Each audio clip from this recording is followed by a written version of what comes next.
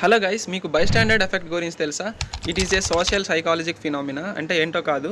For example, మీరు ఏదైనా emergency యాక్సిడెంట్లో ఆర్ ఇన్సిడెంట్లో ఉన్నారు. అక్కడ మీరు ఉన్నా సరే వేరే వాళ్ళు రెస్పాండ్ అవుతారులే, రియాక్ట్ అవుతారులే అని మీరు నెగ్లెక్ట్ చేసి వెళ్ళిపోవడాన్ని బైస్టాండర్డ్ ఎఫెక్ట్ అంటారు. దీనికి బెస్ట్ 2 ఎగ్జాంపుల్స్ అయితే మీకు చెప్తాను. ఫస్ట్ వచ్చేసి కావేరీ బస్ ఇన్సిడెంట్.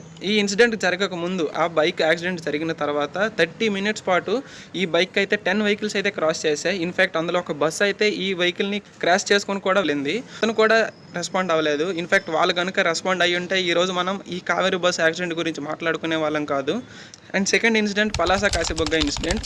అక్కడ టెంపుల్కి వెళ్ళిన జనాలను చూసి ఎవరైనా సరే రెస్పాండ్ అయ్యి, ఇక్కడ ఇంతమంది జనాలు ఉన్నారు, ప్లీజ్ ఎవరైనా రెస్పాండ్ అవ్వండి అని ఇన్ఫార్మ్ చేస్తుంటే ఈరోజు ఆ ఇన్సిడెంట్ జరిగి ఉండేదే కాదు. ఇలా చాలా ఎగ్జాంపుల్స్ అయితే ఉంటాయి ఈ బైస్టాండర్డ్ ఎఫెక్ట్ వలన.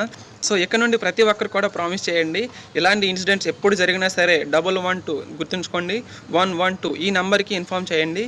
ఇది గవర్నమెంట్ హెల్ప్ లైన్ నెంబర్. ఈ నెంబర్ కనుక మీరు కాంటాక్ట్ అయితే దాని రిలేటెడ్ డిపార్ట్మెంట్కి ఇది కాంటాక్ట్ చేస్తుంది ఆటోమేటిక్గా. ఇలాంటి ఇన్సిడెంట్స్ ఇంకా జరగకుండా కాపాడుదాం. జై హింద్.